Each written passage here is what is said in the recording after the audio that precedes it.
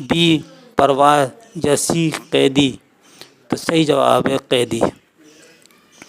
8واں سوال ہے، ان میں غذا کی جمع کیا ہے؟ تو اس جواب بالکل ٹھیک ہے، اغذیہ، یہ ہے جمع غذا کی۔ 9واں سوال ہے، مندرجہ ذیل میں صحیح لفظ کون سا ہے؟ اعظم اور بی اعظم اور سی اعظم، تو بی والا اعظم بالکل صحیح ہے۔ 10واں سوال، درج ذیل لفظ کی صحیح املا کیا ہے؟ اے مثلاً، بی مثلاً، سی مثلاً، تو بی جو ہے مثلاً یہ بالکل صحیح ہے۔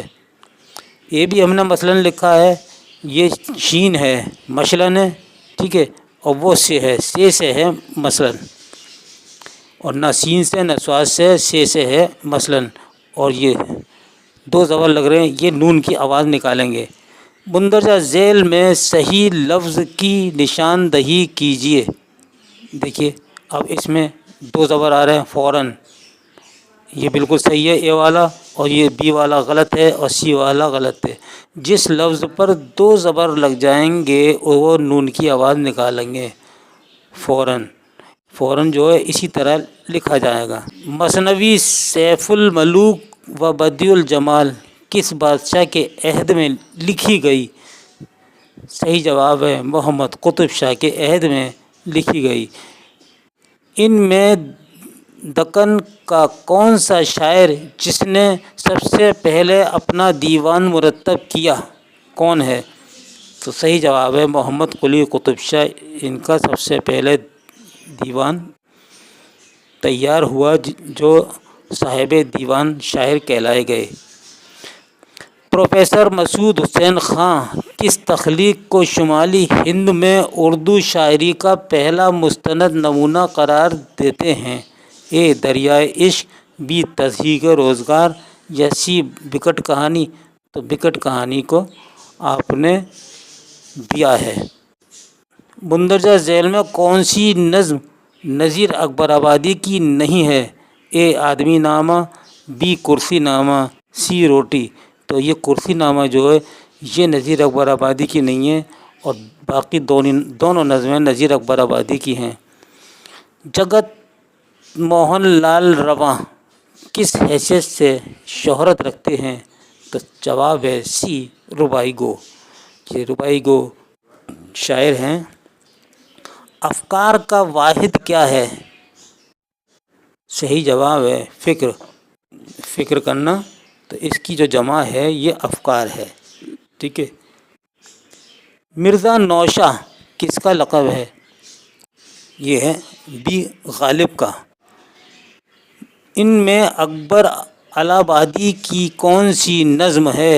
اے مستقبل، صبا میرا نون میم راشد کی ہے، آدمی نامہ نذیر اکبر آبادی کی ہے، اور مستقبل جو ہے تو یہ اکبر الہآبادی کی ہے۔ اب آئیے دوستو، یہ ہم نے کچھ سوال اور آپ کے لیے بنائے ہیں، الفاظ کے معنی ہیں کہ اسرار، الف پر زبر لگ رہا ہے، اسرار، اس کے معنی ہیں بھید، اسرار، اور اس کی جمع ہے، یہ سر کی جمع ہے، سر معنی اسرار، اسرار جو ہے جمع ہے، سر کی جمع، اور یہ مذکر ہے۔ یہ دونوں چیزیں ہم نے لکھ دی ہیں۔ اور ایک اسرار ہے، یہ زیر سے الف زیر، ٹھیک ہے، اور سواد ہے اسرار، اس کے معنی ہیں ضد کرنا، تاکید کرنا، اسرار، اور یہ ہے مذکر۔ 22واں سوال ہے، اسد، الف پر زبر لگ رہا ہے، سین دال، اسد کے معنی شیر۔ اور اگلا سوال ہے اسد اللہ، یہ بھی الف پر زبر آئے گا، اسد اللہ سین سے ہی ہے، اس کا ہے معنی خدا کا شیر، ٹھیک ہے، یعنی حضرت علی رحمۃ اللہ علیہ کا یہ لقب ہے، وہ خدا کا شیر تھے۔ 24واں سوال، اسما، دیکھیے الف سین میم اور الف، اسما، تو یہ کیا ہے؟ اسم کی جمع ہے، یعنی بہت سے اسما اسم کی جمع ہے اور مذکر ہے یہ اسم۔ تو اسم کے کیا معنی ہے؟ اسم کے معنی وہ کلمہ جس سے کسی شخص، جانور، جگہ یا چیز کو پہچانا جا سکے اسے اسم کہتے ہیں۔ تو اسم کی جمع کیا ہے؟ اسما۔ اسما کا واحد کیا ہے؟ یہ اگر سوال آ جاتا ہے تو اسم۔ دونوں طرف سے آپ اس کو ہر طرح سے یاد کر لیجئے گا۔ اب آ جاتا ہے سلف۔ یہ جمع ہے اسلاف کی۔ اس کے معنی ہیں یعنی بزرگ لوگ۔ اب آئیے اسیر۔ یہ معنی اوپر بھی آ چکا ہے، اس کے معنی ہے قیدی، اسیر۔ تو یہ مذکر لفظ ہے۔ اگلا سوال ہے اسیر سلطانی۔ اس کے معنی ہیں شاہی قیدی یعنی نظر بند۔ صاحب کی جمع ہے اصحاب۔ استبل، یہ دیکھیے یہ سین سے نہیں آئے گا، سواد سے آئے گا۔ استبل، الف کے نیچے زیر ہوگا۔ استبل لوگ زیادہ پڑھتے ہیں، یہ ہے لفظ استبل۔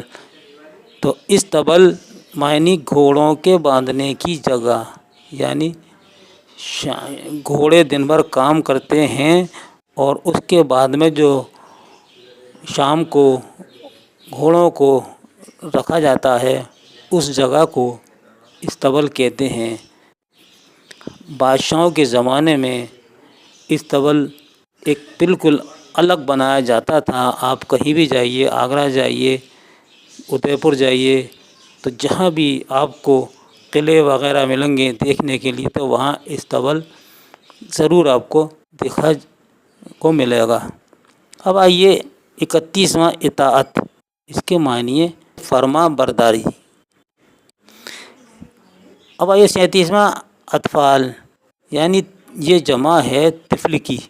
طفل معنی بچوں کہتے ہیں، اطفال بچے بہت سے، جس کے معنی ہیں بال بچے۔ تو لفظ اطفال ہے، الف پر بھی زبر ہے اور فے پر بھی زبر ہے۔ اب آئیے اتوار۔ اتوار یہ طور کی جمع ہے، ٹھیک ہے، طور کی جمع اتوار ہے اور اتوار کا واحد طور ہے، جس کے معنی ہے ڈھنگ، طور طریقے، ٹھیک ہے نہیں؟ کہتے ہیں نہیں ارے اس کے طور طریقے ٹھیک نہیں ہیں، تو یہ اسی سے لکھا جائے گا تو سے۔ اور جو چھٹی والا دن ہوتا ہے اس کو ہم اتوار کہتے ہیں، وہ تے سے لکھا جاتا ہے، الف تے واو الف رے، ٹھیک ہے۔ اب لفظ یہ آ جاتا ہے اعادہ۔ اس کے نیچے الف کے نیچے زیر لگ رہا ہے، وہ چھپ گیا ہے، ٹھیک ہے۔ اعادہ معنی ہے لوٹانا، دہرانا، بار بار کرنا۔ تو اعادہ کا معنی ہم آپ کو یہ ٹیچنگ میتھڈ میں بہت آتا ہے کہ اعادہ تو یعنی کہ بچوں کو دہرایا جائے جو ہم سبق پڑھا چکے ہیں۔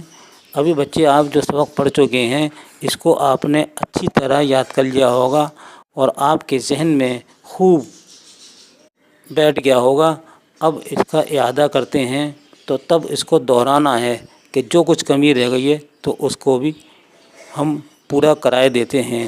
یہ اعادہ جب استعمال ہوتا ہے دہرانے کے۔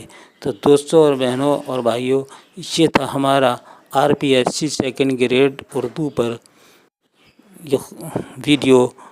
اس کے ساتھ ہی اپنے دوست محمد خورشید خان کو اجازت دیجیے۔ اللہ حافظ۔